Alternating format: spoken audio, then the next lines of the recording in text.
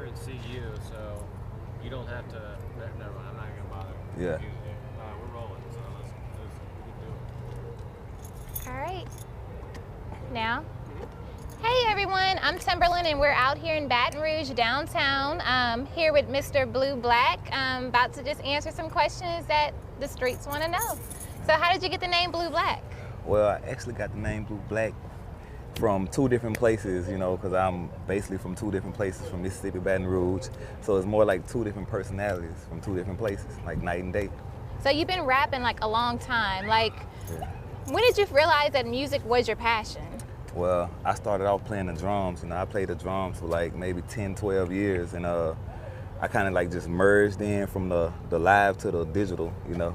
Okay, well, most little kids, like, they don't really play the drums. Like, what was your biggest inspiration that made you really want to get into music? Hearing a lot of people. BluBlack? Okay.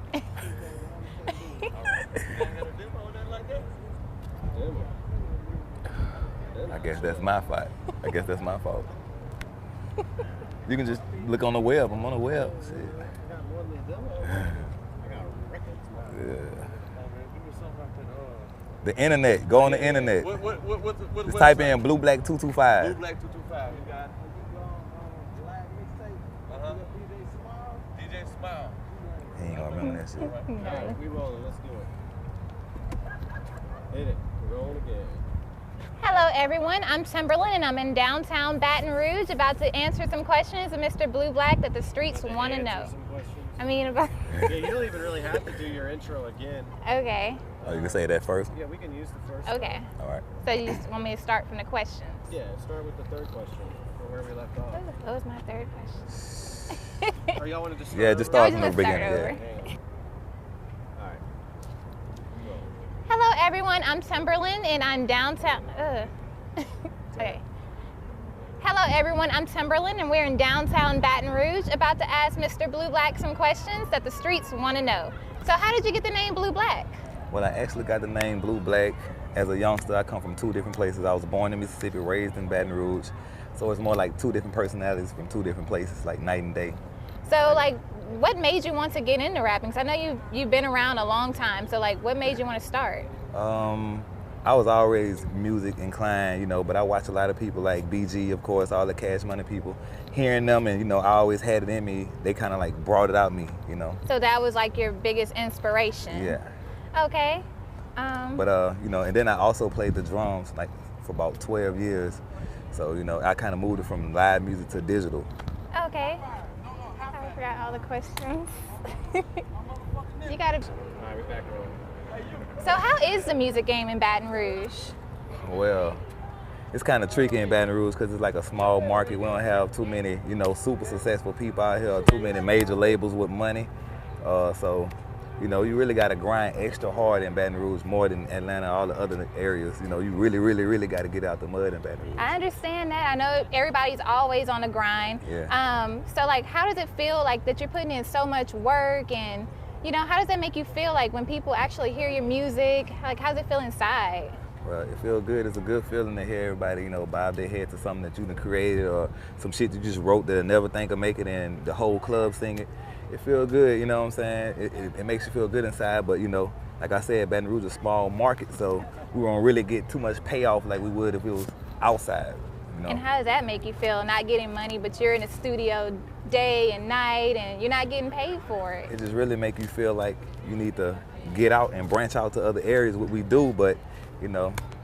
So how did your like friends and family feel about you rapping? Oh man, it's been hard. Like, you know, like I say, if you do something for so long, you're not getting so much paid for, you know, families are get to thinking that, okay, you need to just let go of your dream, or maybe get a job, or, you know, if you're really not seeing too much profit from anything, they go, you know, they'll kind of fade away a little bit. I understand. I mean, you always... Hold on. Your hair is hitting the microphone.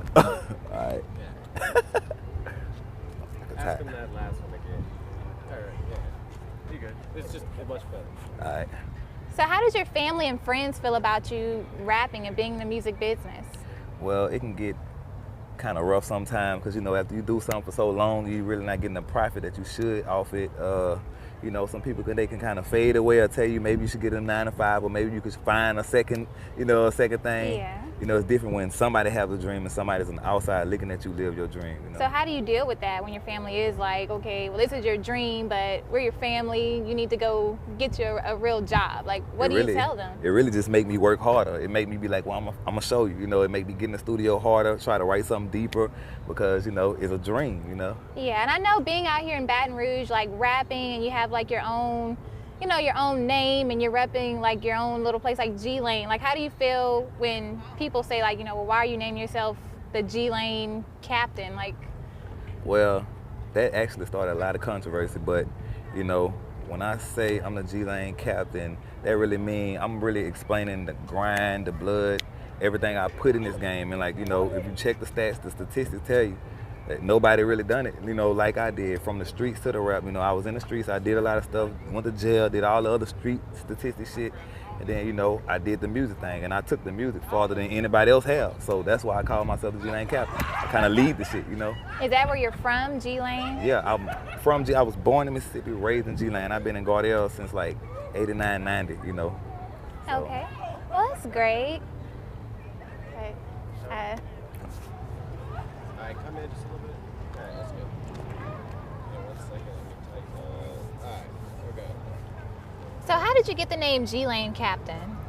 Oh, it's funny because DJ Smalls gave me that name. On the little DVD we did, I called myself the G Lane General. It kind of caused a lot of conflict in the hood and shit. A lot of people didn't like it at first. So, we did a mixtape with DJ Smalls, and we told him the controversy that came with it. He said I should use it for positive instead of negative. He said if they ain't like it, then I should put it in their face. Everything I should do or say, that's what I should pound on them, because every controversy is good. You could just use all the energy as good energy. Okay. And are you from like G Lane? Is that why you named yourself that? Yeah, G Lane, we all G Lane bred, Gardell Lane, It was nothing at first. It wasn't cool to rap it at first, people didn't even pay attention. So that's why I tried to make it a fashion statement, like, hey, we here too, Okay, and you said that having that name caused a lot of conflict. So like, are you beefing with anybody right now? Oh no, it's no beef really. It's just a lot of older people who grew up and did a lot of, work in the hood and stuff like that. They probably didn't know me because I came up under a lot of other people. They was the one that really had questions like, okay, like we didn't see this or we didn't do that. But I had to sit down and really talk to them and let them know what I was talking about, because I respect the hood. I respect all the older OGs or whatever. I respect everybody. It's just a respect thing, that's all. All right. Well, right now, like, what is your biggest banger? Like, what's hot in the streets right now? Well, the hottest song I ever put that really shook Baton Rouge was the Out the Box with Down Bad. Shout out to Super, Down Bad. I came up with the track, they came up with the format. We put it together and that bitch took off. They got Group of the Year. It really went for years and still going. So if somebody wanted to go download that song or download any of your CDs, like, where would they go? We all over the web. You can go to YouTube, just type in BluBlack 225. That's BLU without the E. Black 225. We got live mixtapes. We're on DJ Small website, which on the Southern Smoke Radio 11. CD Baby, iTunes, everywhere. If you type in BluBlack 225, it should pop up. Do you have anything about the drop right now? Yeah, I actually have a album called The Captain. Okay. And it's a bang. I've been working on it for like 6 months, but I can't drop that till we about to drop another DJ Small album. With Hannibal, it's like more a compilation, and I come after that. All right. Well, do you have anything that you want to tell the people out here in Baton Rouge? Well, this first message is for anybody out there who's trying to grind and trying to do it with the anybody out there who's trying to do this shit with the rap, young rappers trying to come up in Baton Rouge. I hate to say it, but it's really like 30% talent, 70% business and paperwork. So if you don't have your paperwork right, if you don't have your business right, you're just gonna be looked over. You can't be the one going to the DJs, going to people like, hey, check my shit out. You can do that shit to start off, but if you don't have somebody coming to represent you or somebody going to a bigger person to represent you, more like a lawyer or something like that, it's gonna be pretty hard. So work on getting your lawyer. Read this book called All You Need to Know About the Music Industry. Is a powerful book. It really tells you everything. That's my, that's my advice to the younger people out here who are trying to do it. And that's some really good advice. So all you rappers out there trying to make it into the game, listen to what he just said, because he's been a long way. He's making it. 30% talent, 70% business work. Yeah. All right, we're back up. So Blue, where do you see yourself in the next 5 years? Well, thanks to my business partner, Thomas Gordon, aka Hannibal, S.O.S, Josh Gardner, maybe Hollywood. We do a lot of out of town shit. We just trying to pull it all together. So maybe the next 5 years, you should see me everywhere you look. I should be major somewhere. Okay. If you had to do this whole rap thing, like your life all over again, would you do it the same way, or what would you change? The only thing I would change is, like I said, now that I have the knowledge of what you need to succeed, I would get my business work right first. I would get all my business and paperwork and shit right first before I even jump in it or try to go to somebody or anything, because I realize you really get fucked over like that, they'll fuck over you. If you go to them, you might have a #1 hit banger, but you don't have your paperwork right behind it. You go to one of them people that act like it's not nothing, take your shit, give it to their people, and they'll come out with it and there's nothing you can do. So just, I would get my paperwork and my business right first, and then I would, sell myself. Okay. Have you ever been locked up? Yeah, unfortunately, I have did my time in the Paris, in the prisons, And how has that, like, changed you? Well, it matured me a lot, because once you in there, you realize what the fuck you can't do, and out here, the sky's the limit almost. You can do everything, but in there, it's like everything's on freeze. All the years of blood and sweat I put in my rap game or anything I did, when I got in there, it was nothing I can do with it. I was just there with all that talent in jail, couldn't write because I wasn't focused, got to watch all the shit that go on in there, all the Paris rules, the Paris gangs, the whole different world in there. So it's like, it locks your mind up and you really can't do what you think you can do. Okay. Right. We're rolling. We're back again, and I'm here with Mr. S.O.S. Ever All right, since... hold on. Here we go. Start over. We're rolling. And we're back, and I'm here with Baton Rouge rapper S.O.S. Ever since 2010, your crew has been the talk of the town, but you seem to have stopped pushing forward. Like, what's going on? What happened, and what have you been doing lately? I mean, back then at the time when the 2 projects first came out, it was just a lot going on in the city. There's a lot going on in the world, and I guess just some of the things that people perceived us as doing, they pointed to us like we were the problem. If you look at, even Scarface said it best, sometimes, they just need somebody to say that, these are the bad guys, you know what I'm saying? And with so much going on, we fell a victim of that. And I saw it all kind of started around when you guys started in the movie with Little Boosie. Yeah. What was it like working with him, and like, why do you think it all started from there? It was definitely an honor even back then. It was 2007. It's 2013 now, so it's been like some years. So back when I did it, it wasn't necessarily the thing for people to do. Now everybody wants to work with him. I chose to do it, a long time ago, but let's keep going. Okay, and as we all know, love comes with a lot of hate. How do you deal with the public scrutiny and backlash that comes with representing the streets? You just gotta be you, at the end of the day. The only thing I know is that, I was born where I was born. I've been through what I've been through, but it's a testament at the end of the day to what I'm trying to do. When you look at us, when you look at anybody out here trying to do anything for themselves, it's a work in progress. And you gotta learn how to overcome the obstacles as well as focus on what you're actually trying to do. So, I keep it street in my music, because it's just my opinion that the best music always comes from the streets. When you look at any type of genre of music, its source is always the streets. And rap is no different. But a lot of people try to take it away from the streets, just as about a dollar. With us, we keep it street in our music to let you know that this is the place where the hunger, the passion, the focus comes from. All of the stories that we tell you in our music, stories about our lives that we had to, just things that we had to deal with, on an everyday basis. Nothing that we necessarily asked for, but just things that come with, growing up where we grew up at.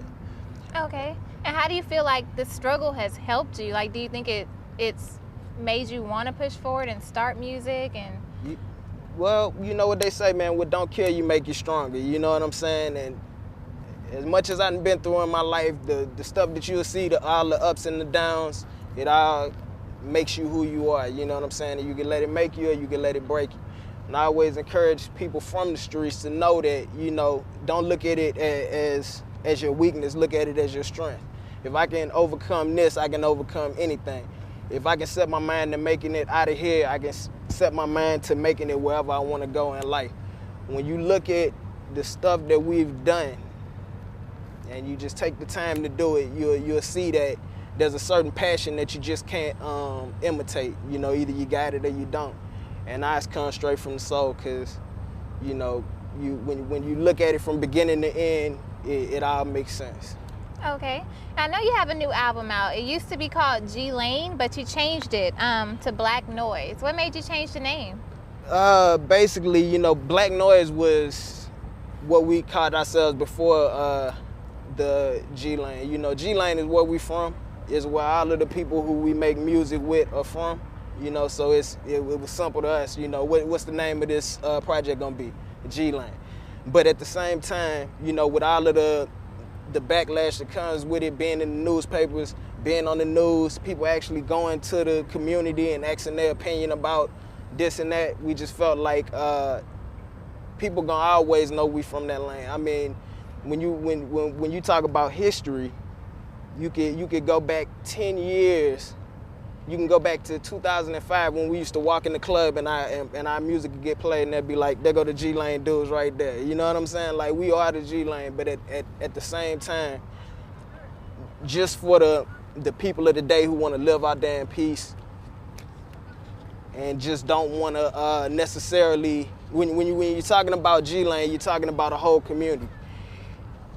We want to brand ourselves as our own thing at the same time. We represent G Lane. We definitely was born and raised out there, but as far as branding is concerned, we changed it up just to, you know, separate the two. We still represent G Lane, but at the same time, you know, we let that place be. You know what I'm saying? How do you feel about the negative backlash that you did get from the video Ghetto Stories? Ghetto Stories wasn't really the problem. You know. What was the problem? Basically, you know, I don't know. It's just something about having that attention of everybody. You know, people, when you have a little bit of attention, everybody pretty much likes you. But when you have a certain level where everybody's talking about you, you're gonna have some love, but you're gonna have some hate too. And I think it was more about the way we came into the game was like no other. You know, and a lot of people wanted to do it how we did it. A lot of people wanted to almost be in our position at the time, and so that'll bring you down, you know, quicker than anything. Somebody else saying, you know, it should have been me, or you know what I'm saying. But on top of that, man, you had a lot of stuff going on in the world, just as far as we all know about the situation with guns and how people feel like so much stuff is getting out of hand when it comes to gun violence. You got people in the streets killing each other for no reason. You got people outside of the streets in the suburbs just running up, killing people and stuff like that. And so when you represent the streets in your music, people are gonna point the finger at you in a certain way, like, well, are you trying to influence people to be like this or do like that? Are you really like that? And, you know, at the end of the day, hip hop in general, the whole essence of hip hop is just showing people that you can turn something negative into something positive. You know what I'm saying? Like, the best advice I would give a little kid is to pick something positive in your life and run with that. Our thing was music. When we look back, when stuff got hard and rough for us and we had to make those real decisions, what are you gonna do with yourself? How you gonna eat? One of the things that we all had in common was that we made music. You know what I'm saying? Blue had his background in music. We had our background in music. And it was something that we could all do together, but it was a positive thing.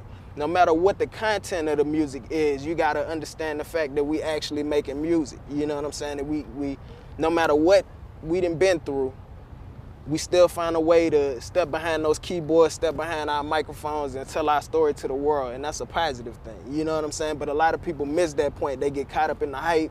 They get caught up in, oh, he said this. They get caught up in, oh, he had a gun. You know, just the wrong stuff instead of looking at the big picture, which is kind of why we named our next project The Big Picture, just to open your minds to the fact that it's more than just people jumping around with street stuff. It's hard work, it's dedication, and it's looking to do something positive, you know?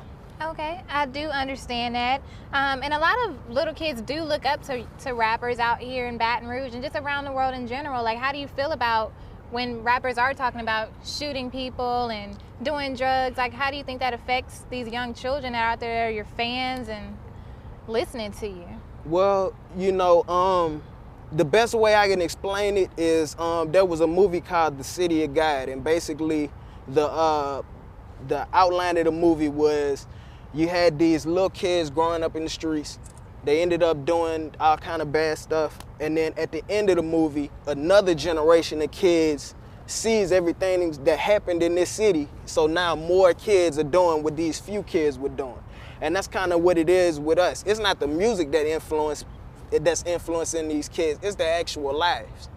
The thing, I was never influenced by a rap song. I understood what was going on around me because of a rap song, but the actual choices I made in life was based on things that were brought to my yard, you know, things that was, you know, put in my face. You so know, your life inspired you to start doing music. Yeah, so when it comes down to the kids, you know, kids don't have as much life experience, so they might hear something different in the music. When we talk about violence in music, it's always about protection. You know what I'm saying? We never out there running around looking for trouble, but at the same time, if it finds us, we got to respond to it, just like anybody else. You know, when you look at when you look at the news every day, you see a victim every day.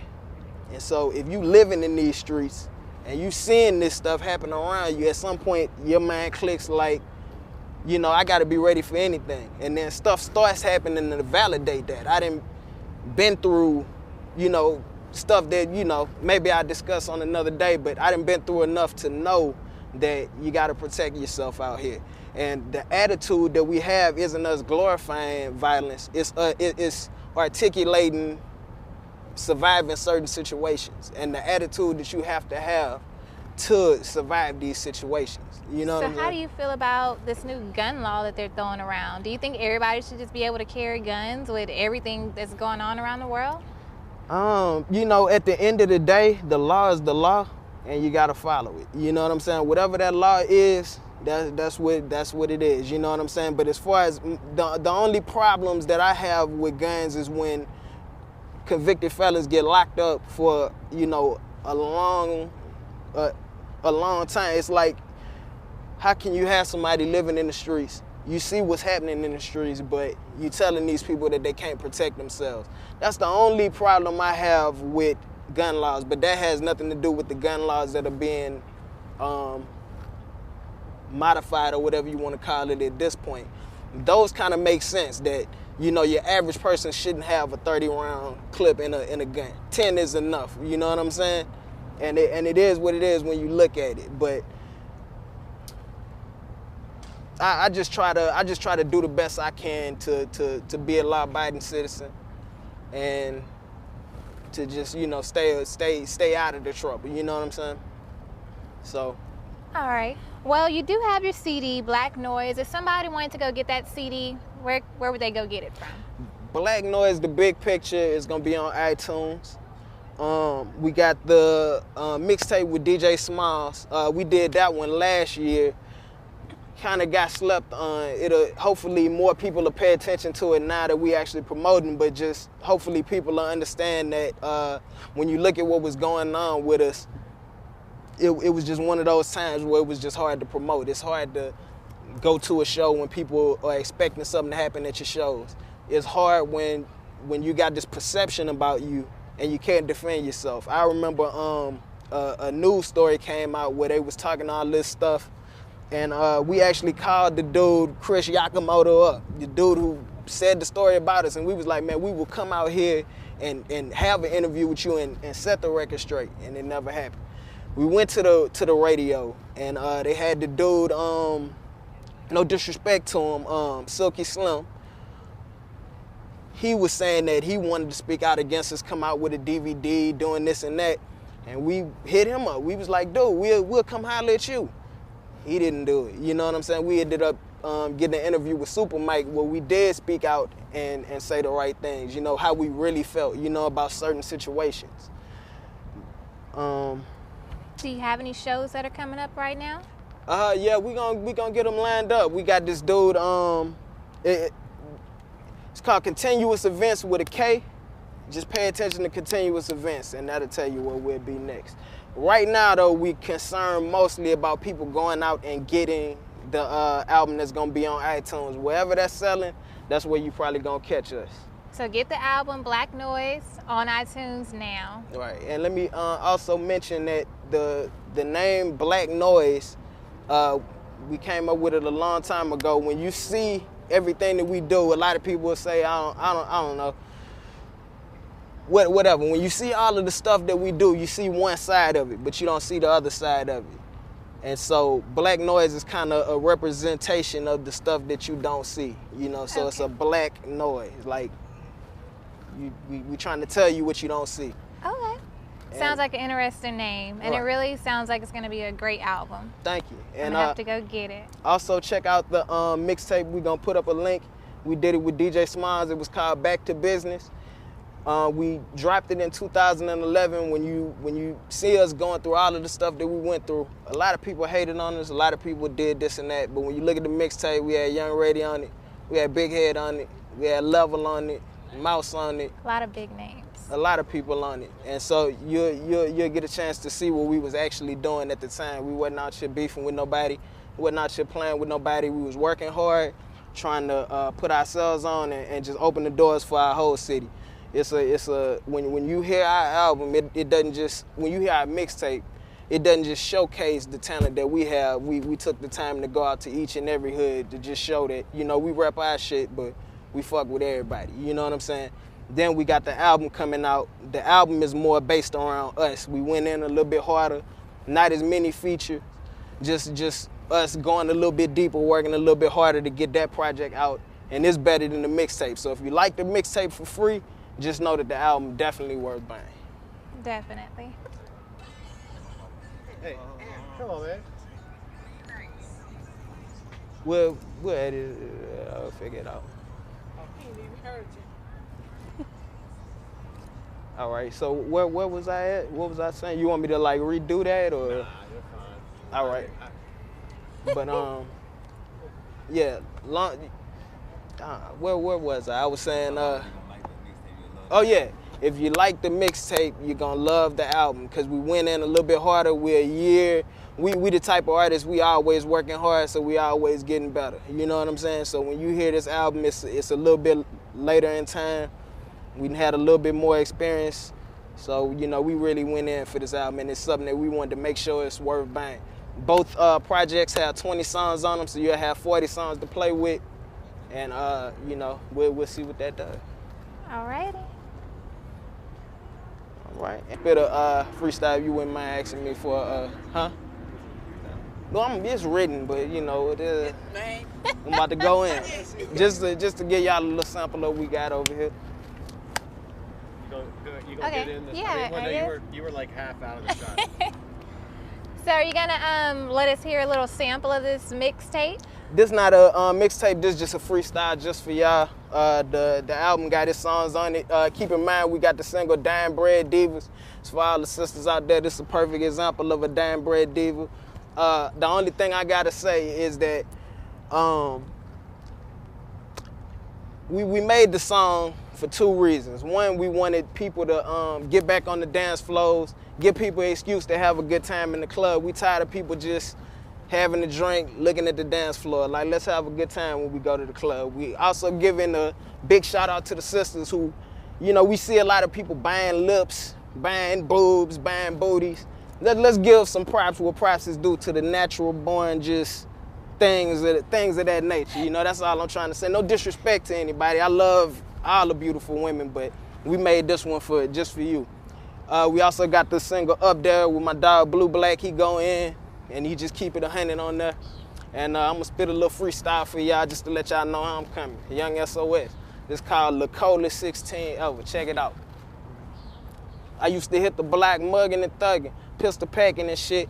I couldn't buy what I wanted, so I started jacking the shit. Now I'm stacking my chips, lean back in my whip, and I ain't worried about them niggas, they just smacking their lips. My stats show y'all I was thugging even back in the grip. First nigga you ever seen spin a stack on a fit. First nigga to ride clean on the scene in a lack. I been from Cali to Miami and back, but I ain't never seen a cutie with some ass like that. So if you stuck with a nigga, I can't be mad at that. I said come fuck with a nigga, she spent the night with a Mac.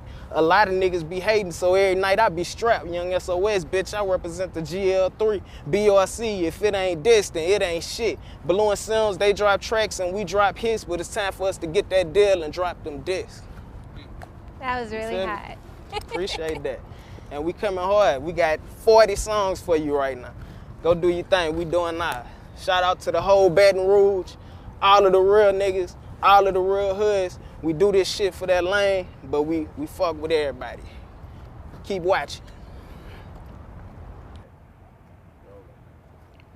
BluBlack, the Jungle Boy, doing something I don't do. I really don't freestyle. I'm a writer. I can freestyle, but you know, for this, I will drop a little 16 freestyle, you know, the captain. And I'm gonna do it like off the dome. I'm Chris Tucker on the track, cause believe that money talk. You can kill a motherfucker and tell a lawyer it wasn't your fault. They gonna ride your ass out if you broke like MC Hammer and lose you up the road. That's why they call it bitch the slammer. Man, I get a lot of duckies. I used to drive a bucket. I used to be on E, now my gas tank on fuck it. Nice dime bread. I used to fuck with Dusties. AK-47, man, we used to shoot in the Rusties. What up, Josh? What up, Tom? We gon' flex.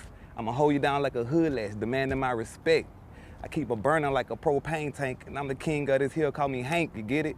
Well, don't forget it, 9 Glocks, cause it's wicked. The blind spots be the sickest. Be cool, you ain't even gon' feel this. I'm a laid back cat, call me Phyllis. Niggas saying what they gon' do, I be like, come on, Cletus. BluBlack the captain, man, little something for y'all. Get at me.